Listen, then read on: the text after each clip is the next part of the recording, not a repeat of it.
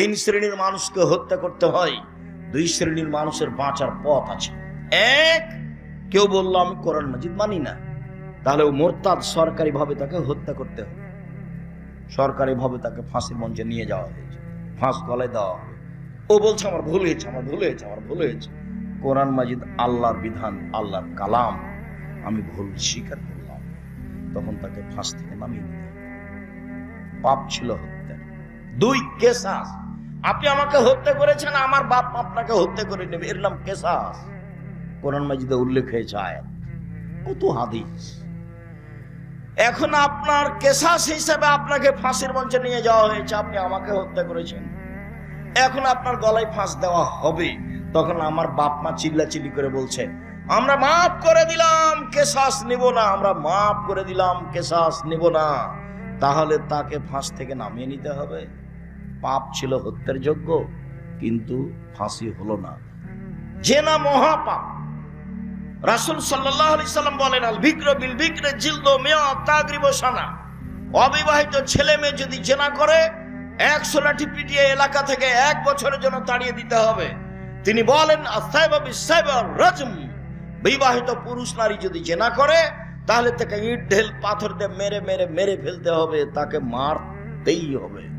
বিবাহ করার পরে জেনায় লিপ্ত হলে তার বেঁচে থাকার পৃথিবীতে কোনো পথই নেই। 3, বিবাহ করার পরে যদি কেউ জেনায় লিপ্ত হয় তাহলে তাকে ইট ঢেল পাথর দিয়ে মেরে মেরে মেরে ফেলতে হবে, ফাঁসি দিতে হবে, বেঁচে থাকার পৃথিবীতে কোনো পথ ঘাট নেই। 1 মিনিট।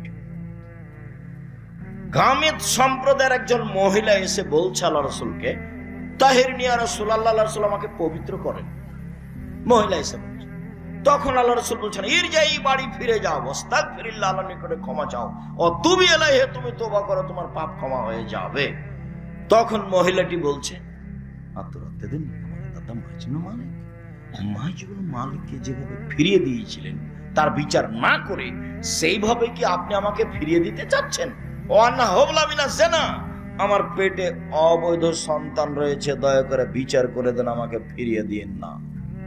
আল্লাহ রাসূল বললেন ইরজাই হাতা তালে দি, বাড়ি চলে যাও, যেদিন তোমার বাচ্চা প্রসব হবে সেদিন এসো, বিচার করে দেব। মহিলা চলে গেল, বাচ্চা প্রসব হয়েছে, মুসলিম গ্রন্থে এসেছে সবে মাত্র বাচ্চা প্রসব হয়েছে, তাকে ন্যাকড়া দিয়ে জড়িয়ে রাসূলের দরবার নিয়ে এসে বলছে এ দেখেন বাচ্চা প্রসব হয়ে, বিচার করে দেন। দৃশ্য দেখে আল্লাহ রাসূল অবাক হয়ে বলছেন ইরজাই, বাড়ি ফিরে যাও, ফারদেই হে, বাচ্চাকে দুধ খাওয়াও, হাত্তা তাফতেমি হে, যেদিন বাচ্চা দুধ ছেড়ে দিবে সেদিন নিয়ে আসবে, বিচার করে দেব। মহিলা বাচ্চা নিয়ে চলে গেল, বাচ্চাকে 2 বছর দুধ পান করালো। 2 বছর পরে বিচারালয় উপস্থিত, তখন বাচ্চার হাতে এক টুকরা রুটি রয়েছে, এই রুটি প্রমাণ করে বাচ্চা খাদ্য খেতে পারে। ওয়াসাদাহু বিয়াদি রাজুলিন মিনাল মুসলিমিনা, বাচ্চাটাকে একজন মুসলমানের হাতে সমর্পণ করলেন আল্লাহ নবী। যাও, এই বাচ্চা তুমি লালন পালন করো। সঙ্গী সাথী এই যাবো বিহা, মহিলাকে মাঠে নিয়ে যাও, আহফিরুল্লাহ সাদরিহা, মাঠে নিয়ে গিয়ে গর্ত খুঁড়ে বুক পর্যন্ত মাটিতে পুঁতে দাও। ফারজমুহা, এরপরে চতুর্দিক থেকে ইট ঢেল পাথর মেরে মেরে তাকে বিদায় করো। সাহাবীগণ বলছেন আমরা তাকে মাঠে নিয়ে গেলাম, গর্ত খুঁড়ে বুক পর্যন্ত মাটিতে পুঁতে দিলাম, চতুর্দিক থেকে ইট ঢেল পাথর মারতে লাগলাম। খালিদ বিন ওয়ালিদ বলছেন একটা পাথর আমি তার মুখের উপরে মারলাম, ফাতানাজ্জাহ দাম আলা ওয়াজহি খালিদ, পাথরটা মুখে লেগে মুখ ফেটে রক্ত ছিটে খালিদের গায়ে লাগলো। ফাসাব্বাহা, খালিদ তাকে গালি দিয়ে বসলেন, এমনটা হতে পারে? ছি ছি ছি ছি ছি, একজন জেনাকারিনী মহিলার গায়ের রক্ত আমার গায়ে লাগলো, এমনটা কিছু হতে পারে? আল্লাহ রাসূল বলেন মারে না খালিদ, খালিদ থামো, গালি দিও না। লাকাত তাওবা তাওবাতান তাওবা সাইব মাকসাল্লাহ গফির লাহু, এই মহিলা এত ক্ষমা চেয়েছে, এই মহিলা এত তওবা করেছে, এই মহিলা এত ক্ষমা চেয়েছে, এই মহিলা এত তওবা করেছে। যদি বড় থেকে বড় পাপী এভাবে তওবা করে তবে তার পাপ ক্ষমা হবে। খালিদ, একে গালি দিও না। আবার তিনি বলেছেন খালিদ, মদিনার লোককে যদি তার তওবা ভাগ করে দেওয়া হয় সবার পাপ ক্ষমা হয়। তারপরে তিনি তার জানাজা করলেন, কাফন দাফন করলেন, তার মানে তিনি ঘোষণা দিলেন তার পাপ ক্ষমা হয়ে গেছে। 1, 2, জানাজা করলেন মানে তার পাপ ক্ষমা হয়ে গেছে। 3, কাফন দাফন তিনি নিজে করলেন মানে তার পাপ ক্ষমা হয়ে গেছে। এরপরেও পৃথিবীর এত বড় মানুষ, পৃথিবীর ইতিহাসে এত বড় দামি মানুষ জন্ম নেয়নি, কেউ নিবে না কেউ। বিচারের মাঠে তিনি যা বলবেন তাই হবে। তার নাম মোহাম্মদ সাল্লাল্লাহু আলাইহি সাল্লাম। এত বড় মানুষ বুঝতে পারলেন তার পাপ ক্ষমা হয়ে গেছে, কিন্তু তাকে মাফ করতে পারলেন না। যাও, তোমার বিচার হবে না, তোমার তওবা কবুল হয়ে গেছে, তোমার শাস্তি হবে না, এই কথা তিনি বলতে পারলেন না। মানে তিনি শরীয়তের কাছে নিজেই জিম্মি। মানে বিবাহ করার পরে কেউ যদি জেনায় লিপ্ত হয়, তাহলে তার বেঁচে থাকার পৃথিবীতে কোনো পথ নেই।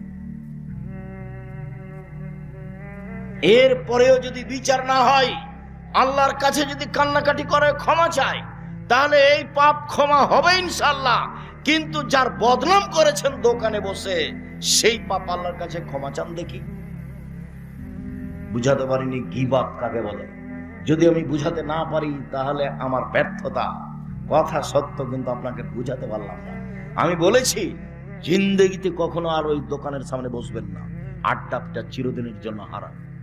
দুইজন যেখানে আছে সেখানে যাবেন না। জমি চাষ করে খান, উপার্জনের পথ চারটে, দিন মজুরি করে খান, বাস সন্ধ্যায় সময় শেষ, মরে গেলাম, দুনিয়া শেষ। তারপরে আপনি চাকরি করে খান, ছোট হোক বড় হোক, যেটাই হোক না কেন বৈধ। জমি চাষ করে খান, ব্যবসা করে খান। আমি কলার বিক্রি করে চকলেট বিক্রি করে খেতে হবে এই কথা আমি বলিনি।